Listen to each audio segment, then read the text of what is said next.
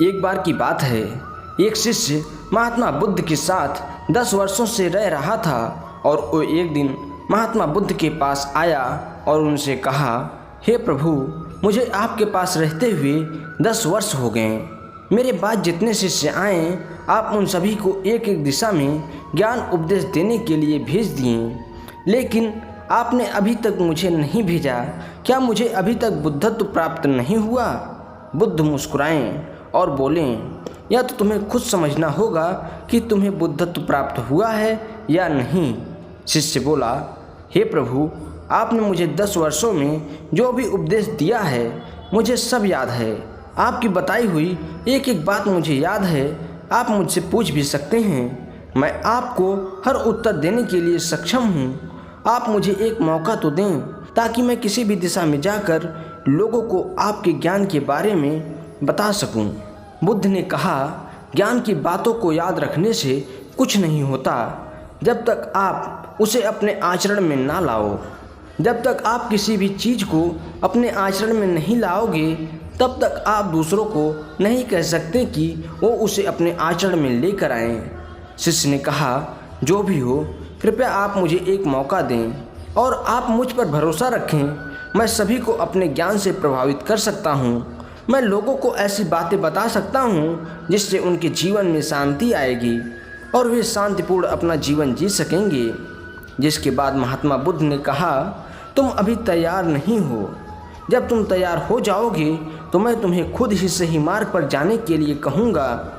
शिष्य ने कहा, क्यों प्रभु, आपने इन 10 वर्षों में इतना भी ज्ञान नहीं दिया जिससे मैं लोगों को प्रभावित कर सकूं।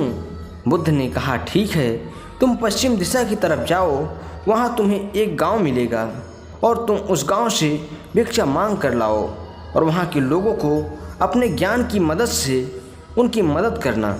कल सुबह तुम वहाँ अकेले जाना और शाम को आकर मुझे बताना कि तुमने वहाँ के लोगों की मदद कैसे की। वह शिष्य ये सब सुनकर बेहद खुश हो गया और महात्मा बुद्ध से आशीर्वाद लेकर चला गया और वह रात भर ज्ञान समेटता रहा। मन ही मन सोच रहा था कि मैं कल ऐसे ज्ञान की छाप छोड़ूंगा कि वहाँ के लोगों के साथ साथ महात्मा बुद्ध भी प्रभावित हो जाएंगे। सुबह उठकर उसने महात्मा बुद्ध को प्रणाम करके पश्चिम दिशा की तरफ निकल गया।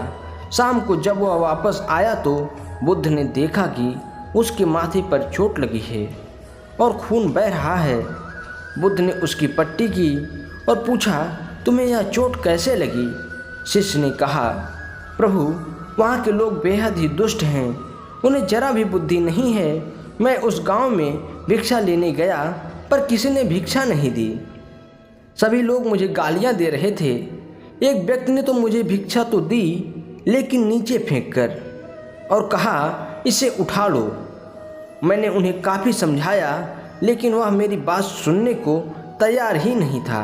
उल्टा उन्होंने मेरे साथ हाथापाई की, जिससे मुझे चोट लग गई। हे प्रभु, आप मुझे दूसरी जगह भेजें जहाँ के लोगों में बुद्धि हो। महात्मा बुद्ध उसकी बातें सुनकर मुस्कुराएं और बोले कि अगर तुम्हें दूसरे गांव में भी ऐसे लोग मिलें तब तुम क्या करोगे? शिष्य ने कहा कि हे प्रभु, ऐसे लोगों को कोई ज्ञान नहीं दे सकता। वे सब अज्ञानी हैं, उन्हें कौन समझाए? बुद्ध ने कहा, ऐसे लोग अज्ञानी नहीं हैं बल्कि ज्ञानी हैं।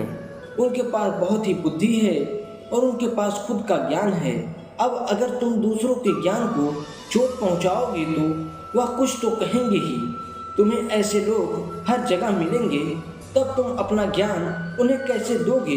बुद्ध ने शिष्य को कहा कि तुम आज आराम करो, कल शाम को मेरे पास आना। शिष्य बुद्ध को प्रणाम करके चला गया। अगली शाम जब वह वापस बुद्ध के पास आया तो वहाँ बुद्ध के पास एक शिष्य और मौजूद था। उसके हाथ में चोट लगी हुई थी। बुद्ध ने उस शिष्य के हाथ पर चोट देखा, उस पर पट्टी की और उस शिष्य से पूछा, तुम्हें यह चोट कैसे लगी? तो शिष्य ने कहा कि हे प्रभु, आपने मुझे पश्चिम दिशा में एक गांव में जाने के लिए कहा था, तो वहाँ मुझे यह चोट लगी। बुद्ध ने कहा, वहाँ तुम्हारे साथ क्या क्या हुआ, तुम मुझे बताओ। शिष्य ने कहा, हे प्रभु, वहाँ पर मैंने सबसे भिक्षा मांगी, परंतु किसी ने मुझे भिक्षा नहीं दी। एक व्यक्ति था जिसने भिक्षा दी, लेकिन वह मुझे ज़मीन पर फेंक कर दी और कहा उसे उठा लो। तो मैंने चुपचाप उसे उठाकर अपने पात्र में रख लिया और उसे कल्याण का आशीर्वाद दिया। तब उस व्यक्ति ने मुझसे कहा, आप बड़े ही अजीब व्यक्ति हो, मैं आपका अपमान कर रहा हूँ और आप मुझे आशीर्वाद दे रहे हैं।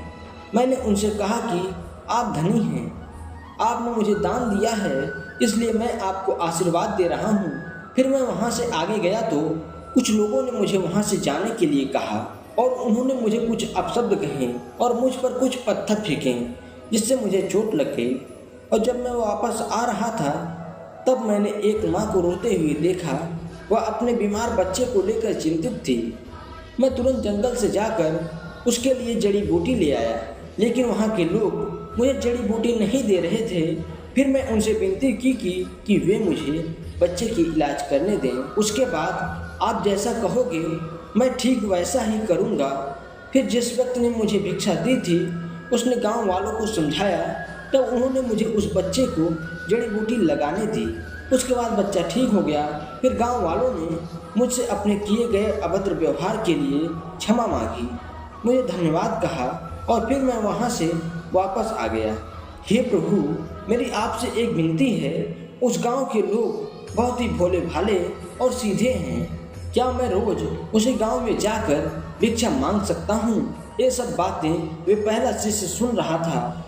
उसने यह सुनते ही बुद्ध के चरणों में गिरकर कहा, हे प्रभु, मैं समझ गया हूँ कि मैं अभी उस लायक नहीं हूँ कि दूसरों को ज्ञान दे सकूँ। बुद्ध ने कहा, हमें बाहर वैसे ही लोग दिखाई देते हैं जैसा हम भीतर से होते हैं। जब तक हम स्वयं को नहीं बदलते तब तक हम किसी को भी नहीं बदल सकते। खुद में परिवर्तन करना बेहद ही जरूरी है।